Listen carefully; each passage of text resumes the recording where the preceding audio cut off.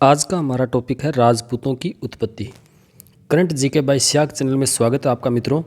राजपूतों की उत्पत्ति नामक टॉपिक स्टार्ट कर रहे हैं हम। चलिए देखते हैं।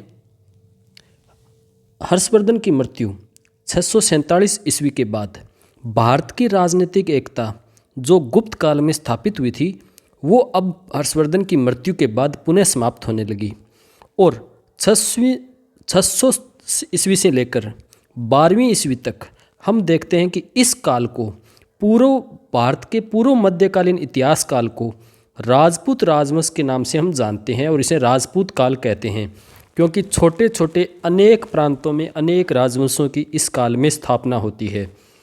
प्रसिद्ध इतिहासकार स्मिथ ने भी लिखा है कि राजपूत हर्ष की मृत्यु के बाद से उत्तरी भारत में मुसलमानों के आधिपत्य तक इतने प्रभावशाली हो गए थे कि 7वीं शताब्दी के मध्य से 12वीं शताब्दी के समाप्ति तक को समय को राजपूत युग कहा जा सकता है।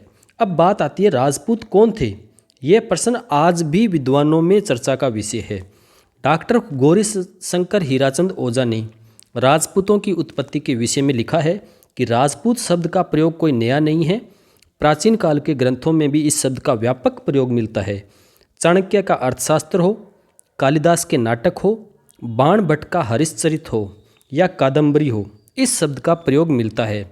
वहीं चीनी यात्री ह्वेनसांग ने भी, जो हर्षवर्धन के समय आया था, उसने भी राजाओं को कहीं तो क्षत्रिय और कहीं राजपूत लिखा है। तो इसका मतलब ये हुआ कि राजपूत शब्द क्षत्रिय या किसी वीर योद्धा को कहा जाता था। डॉक्टर ओझा द्वारा सुझाया गया मत भी सर्वमान्य नहीं है। जो हीराशंकर ओझा जी ने कहा है, गौरीशंकर हीराचंद ओझा जी ने जो कहा है, वो बात भी हम पूरी तरह से स्वीकार भी नहीं कर सकते क्योंकि राजपूत शब्द का प्रयोग एक जाति के अर्थ में मुसलमानों के आगमन से पहले हमें प्राप्त नहीं हुआ है। यद्यपि शासक वर्ग यानी क्षत्रियों के लिए राजपुत्र शब्द का प्रयोग हमें ज़रूर मिलता है। आगे की पंक्तियों में इन्हीं विद्वानों के मतों का अध्ययन करेंगे कि जानेंगे किस विद्वान ने अपना क्या मत पेश किया है। इन मतों को हम कई भागों में डिवाइड करते हैं। तो सबसे पहला जो आता है वो है, कुछ जो विद्वान हैं वो मानते हैं वैदिक आर्यों की संतानें।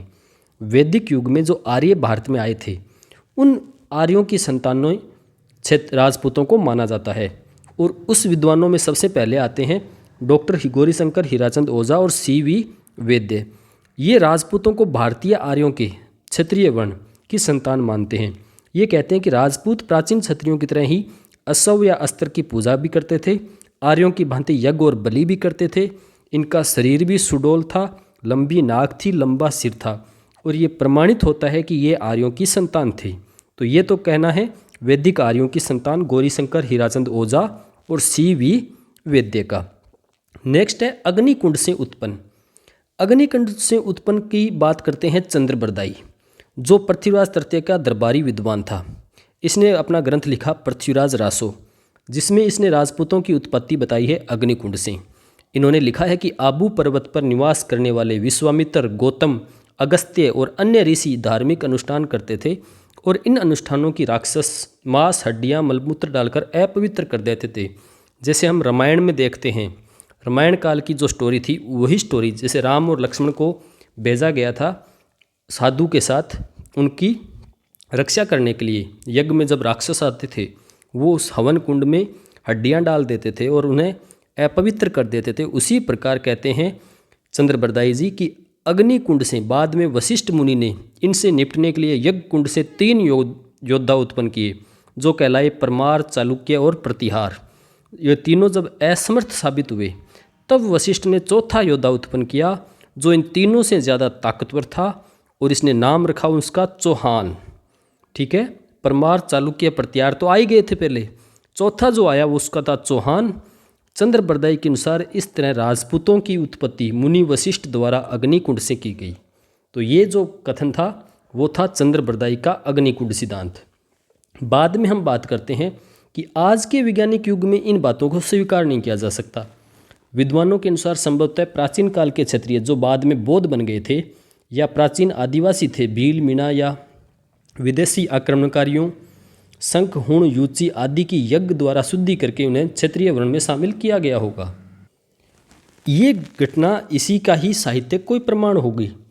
फिर कुछ विद्वान थे जो राजपूतों को ब्राह्मणों से बिलोंग करते थे, और इन विद्वानों में आता है ब्राह्मणों से उत्पत्ति का सिद्धांत। तो सबसे पहले नाम आता है डॉक्टर D.R. भंडारकर का, जो गुहिल राजपूतों की उत्पत्ति नागर ब्राह्मणों से बताते हैं। और राजपूतों के ब्राह्मणवशी होने के प्रमाण के रूप में डॉक्टर भंडारकर जो है वो बिजोलिया शिलालेख का उल्लेख करते हैं, जिसमें वासुदेव चौहान के उत्तराधिकारी सामंत को वत्स गोत्रीय ब्राह्मण बताया गया है। इसके अतिरिक्त उनके अनुसार राजशेखर ब्राह्मण का विवाह अवंती सुंदरी के साथ होना चौहानों के ब्राह्मण वंश की उत्पत्ति का अकाट्य प्रमाण है। इसी प्रकार डॉक्टर गोपीनाथ शर्मा ने भी मेवाड़ के गुहिलोतों को नागर जाति के ब्राह्मण गुहेदत्त के वंशज के रूप में बताया है। मेवाड़ के महाराणा कुंभा ने भी जयदेव की गीत गोविंद की टीका में ये स्वीकार किया कि वो गुहिलोत नागर ब्राह्मण गुहेदत्त की संतान है। तो ये प्रमाण देते हैं हमारे विद्वान गोपीनाथ जी शर्मा। तो गोपीनाथ जी शर्मा और D.R. भंडारकर ब्राह्मण से उत्पत्ति के बारे में बताते हैं, लेकिन एक ब्राह्मण ऐसा है, ब्राह्मण विद्वान ऐसा है जो इस बात का खंडन करता है, और वो ब्राह्मण है doctor Dasharath Sharma. Most important याद रखना, एकमात्र ब्राह्मण जो ब्राह्मण की उत्पत्ति के सिद्धांत का खंडन करता है, डॉक्टर दशरथ शर्मा। ये कहते हैं कि भाई ये बात जो है वो सही नहीं है जो भंडारकर और गोपीनाथ शर्मा ने बताई है, क्योंकि जो विद्वान जो वीर योद्धा होते थे उस समय वो अपने ब्राह्मणों की जाति लगाते थे। इस कारण कई बार ये भ्रम हो जाता था कि राजपूत अपने पुरोहित का जब गोत्र लेते थे तो ये भ्रम हो जाता था कि राजपूत क्या है, ब्राह्मण है, लेकिन वो ब्राह्मण नहीं थे। और ये तर्क देते हैं डॉक्टर दशरथ जी शर्मा। नेक्स्ट हम देखते हैं विदेशियों की संतान।